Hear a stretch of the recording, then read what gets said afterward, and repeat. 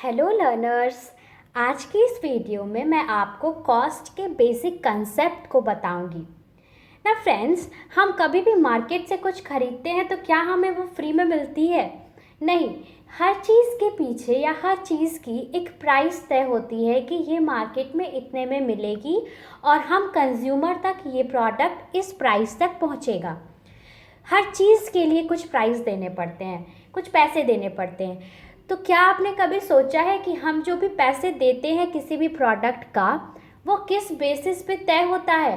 यानी उस प्रोडक्ट का जो भी प्राइस रखाता है, जो भी हम मार्केट से ख़रीदते हैं डिफरेंट डिफरेंट प्राइसेस पे, वो प्राइस उसके किस बेसिस पे रखाता है?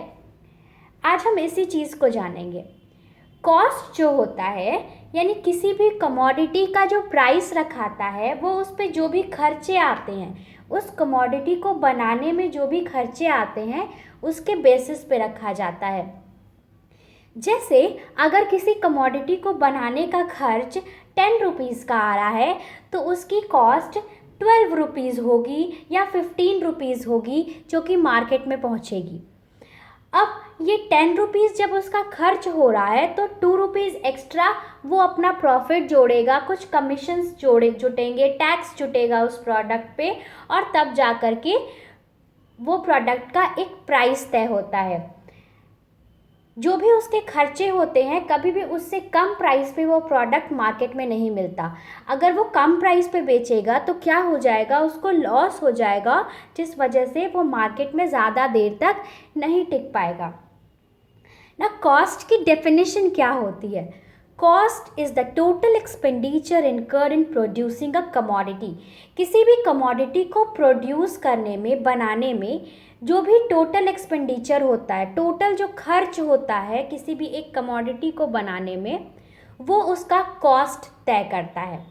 यानी जैसे फॉर एग्ज़ाम्पल अगर कोई एक टेबल बनाने के लिए हमें 100 रुपीज़ का खर्च हो रहा है, यानी उस टेबल की कॉस्ट 100 रुपीज़ या 100 रुपीज़ से ज़्यादा होगी, ताकि जो भी सेलर है उसमें वो अपना कुछ प्रॉफिट कमा सके। ठीक है, अगर हमें उसका कॉस्ट ही नहीं पता है, अगर हमें उसके एक्सपेंडिचर्स ही नहीं पता है कि उस चीज़ को बनाने में क्या खर्च आया, तो हम उसका कॉस्ट डिसाइड नहीं कर पाएंगे। किसी भी चीज़ का कॉस्ट डिसाइड करने के लिए हमें उसके एक्सपेंडिचर, टोटल एक्सपेंडिचर, यानी उस प्रोडक्ट पे क्या खर्च आया, ये जानना ज़रूरी होता है। Cost is the sum total of explicit cost and implicit cost. Cost जो होता है वो एक्सप्लिसिट और इम्प्लिसिट कॉस्ट का सम टोटल होता है। अब ये एक्सप्लिसिट और इम्प्लिसिट कॉस्ट क्या होता है, इसको जानते हैं। Explicit cost, actual money expenditure on inputs or payment made to outsider hiring their factor services।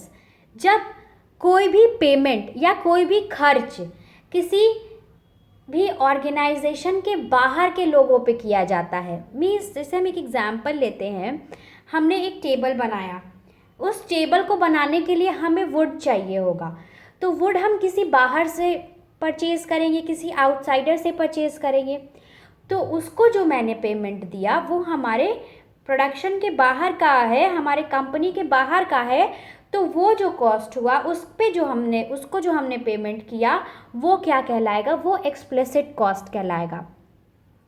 वहीं इम्प्लिसिट कॉस्ट जो होता है वो होता है estimated value of input supplied by the owners, ठीक है, इंक्लूडिंग प्रॉफिट।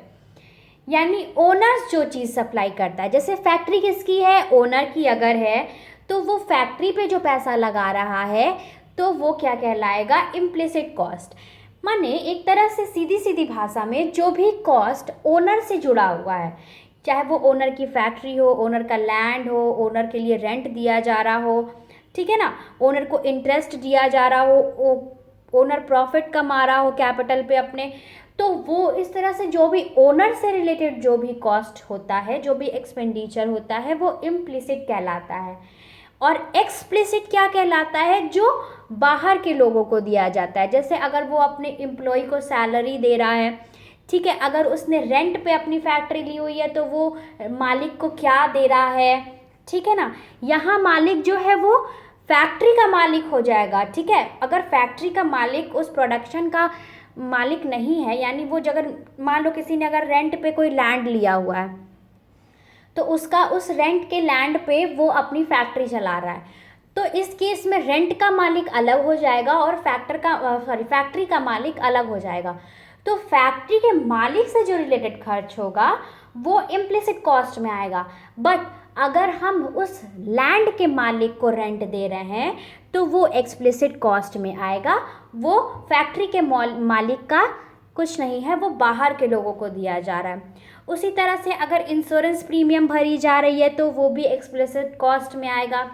तो इस तरह से एक्सप्लिसिट कॉस्ट वही होता है जो actual money expenditure on inputs और payment made to outsiders for hiring their factors services, माने बाहर के लोगों को जो भी पेमेंट किया जाता है, खर्च जो भी आता है जिस वजह से बाहर के लोगों को पेमेंट किया जाता है, वो कहलाता है एक्सप्लिसिट कॉस्ट। और जो ओनर से रिलेटेड जो भी पेमेंट होता है वो इम्प्लिसिट कॉस्ट कहलाता है। इसमें ओनर का प्रॉफिट भी ऐड होता है, उसके कैपिटल पे इंटरेस्ट भी ऐड होता है, ठीक है, इस तरह की चीज़ें। तो इस तरह से जब हम एक्सप्लिसिट कॉस्ट और इम्प्लिसिट कॉस्ट को जोड़ देते हैं तो हमारा एक्चुअल कॉस्ट किसी भी कमोडिटी का हमें पता चल जाता है। किसी भी कमोडिटी को बनाने के लिए हम कुछ पैसे ओनर्स रखता है, जैसे उसको अगर प्रॉफिट कमाना है तो वो रखेगा, और कुछ जो उसको खर्च आए उस प्रोडक्ट को, उस कमोडिटी को बनाने के लिए वो रखेगा, वो देगा उन लोगों को। तो इस तरह से जो उसने उस प्रोडक्ट को बनाने के लिए बाहर के लोगों को दिया और जो उसने अपनी प्रॉफिट रखी उस प्रोडक्ट में, इन दोनों को जब हम सम टोटल कर देते हैं तो हमें हमारा उस प्रोडक्ट का, उस कमोडिटी की कॉस्ट पता चल जाती है कि एक्चुअल में उसको बनाने का खर्च क्या आया, जिसके अकॉर्डिंग उसकी प्राइस सेट की जाती है और मार्केट में उसको सेल किया जाता है। तो इस तरह से आज की वीडियो में बस इतना ही। अगर आपको मेरी वीडियो अच्छी लगी हो तो प्लीज़ मेरे वीडियो को लाइक करना और मेरे चैनल को सब्सक्राइब करना। Thank you.